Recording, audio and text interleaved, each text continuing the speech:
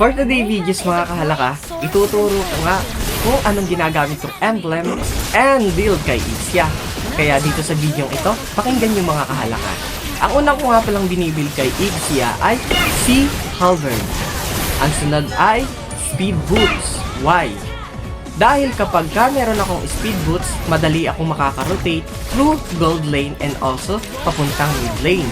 Kasi speed boots nga, di ba? Hala ka dyan! Then, ang next kong ina-item is Kurusan Sight. Why? Kasi sa Kurusan Sight, ito ay nagbibigay ng attack speed na 5 stack mga kahalaka. And next natin is Sky Phaser. So, every time na magkakaroon tayo ng stack at makakakill tayo ng hero, magkakaroon ito ng laman mga kahalaka. At alam naman yun ng lahat. Ang kasunod is Malefic Gun.